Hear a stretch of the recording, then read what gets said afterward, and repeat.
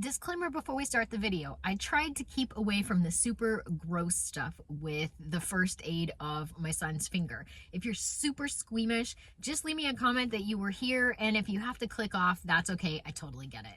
Hello preparedness people, and welcome back to the Big's Prep. My name is Cynthia, and today my son has cut his finger, and we're gonna go through our medical supplies and see how prepared we are for something like this. It's a pretty nasty little cut. So if you're ready, press the like button, and let's do this.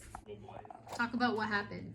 The blade from inside of the spline tool, like the hook blade that you use to hook out spline, the blade fell out, and I tried to put it back in, and I wasn't paying good enough attention, and it just went zip right up with the hook. So, ouch. Yeah, that was out. Okay, and then what'd you do? I called my mom. Yeah, I tried to run it over some water first, and then I got some paper towels, and I called my mom just because I knew that I was going to have a good medical situation afterwards. Okay. So.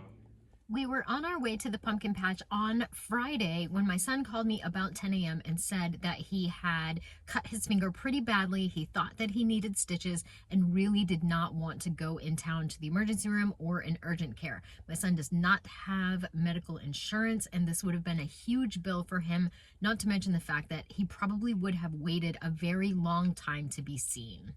In a situation like this, knowing where your medical supplies are is very important. We have everything organized in these shoebox containers I got at the Dollar Tree. I told my son that I would be home by 4 p.m.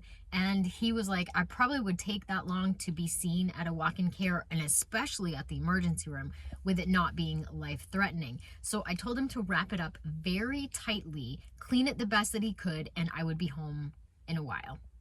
We have the cut stabilized, and he's got half hydrogen peroxide, half water, warm water, just getting the dirt out and getting the dirt off his hand. It's bubbling pretty good now. He had a lot of dirt and a lot of blood on that hand.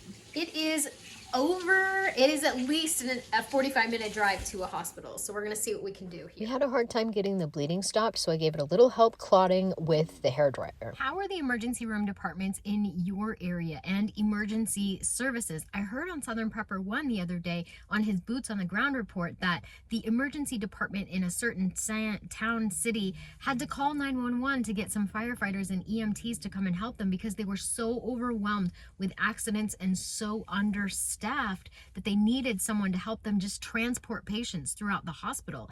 This is pretty serious. So I want to ask myself, and maybe you should ask yourself, are you ready to handle emergencies like this at home instead of, when appropriate, I'm not a doctor, I'm not telling you what to do, but when appropriate, are you ready to handle stuff at home?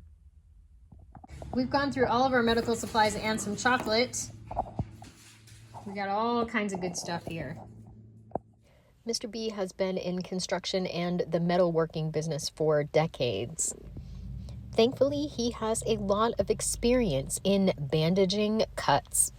These butterfly bandages were perfect for putting together the skin and getting the cut to clot up by itself. They were very easy to apply, they don't stick to the cut itself, and they were cheap. Mr. B has been in Matthew's life since he was 12 years old, so shout out to Mr. B. This is one of many boo-boos that he has fixed for my son. At this point, the cut is oozing, not bleeding freely. I was very thankful that we had everything organized and ready to go. I knew where everything was, so we were able to pull stuff out. Matthew came over as soon as we pulled into the driveway, and we got to work on his finger. Yeah, exactly. That's what's been messing me up so far. And you're not crushing the circulation on just the one finger. Exactly. You just gotta keep a little pressure on it as well.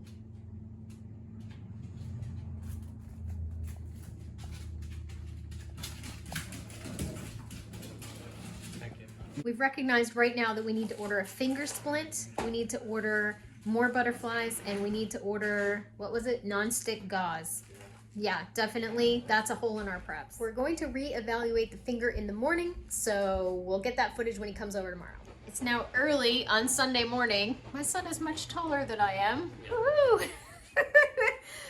We're gonna unwrap it and find out what it looks like. I'll spare you the actual close-up of it, but it doesn't look bad. The one side where we didn't get a butterfly looks pretty gnarly, but the middle looks great. Where we missed the butterfly bandage on the one side, when we unwrapped the finger, it popped open and started bleeding freely at that point. So definitely got that extra butterfly bandage on and got that stopped. And that's the next installment of the Mom Medic. It is early. I have not had, I've hydrated, but that's about it. So here's the deal. We're not going to give him any oral antibiotics at this moment. If you went to, you know, like a walk-in care or something like that, they'd immediately give you some oral antibiotics. My son is allergic to cephalexin or Keflex, so I do have a backup for him should he need it. However, we're treating locally so that hopefully he doesn't need a systemic antibiotic for that. Right now, Sunday morning, it looks really good. And these things right here, 100% putting these in my Amazon cart and putting some more of these in my preps. These are fantastic. The 2 places where he had the butterfly stitches completely closed this morning and looking great. One thing to be aware of with first aid supplies is if you think you have enough, you don't have enough. Medical supplies are definitely up in price and on a shortage in many areas, including the local Dollar Tree or wherever you can find medical supplies. My suggestion is that you stock up. Stock up now. I knew like how much medical supplies we would go through for an average cut, but if the cut was worse or, you know, whatever, required more care, it was shocking how much trash was done after, like how much trash we had after we were done cleaning up the finger. A lot better. It looks really good. Only 3 days. Good. I do have my CPR and first aid certification. If there's a CPR and first aid class available in your area and you have never taken it before, highly recommend you do that. Okay, so it has been a week. It's been a week. Yeah. Yeah, so you're young. It looks really, really good. Took the bandages off yesterday. You're able to move your finger and all that. Yep. Oh, it looks pretty nasty. Okay. But I like the way that it looks. Probably should have had some stitches, but that's okay. So again, I am not a medical professional. I am not telling you what to do with your family. You should always do what's right for your family.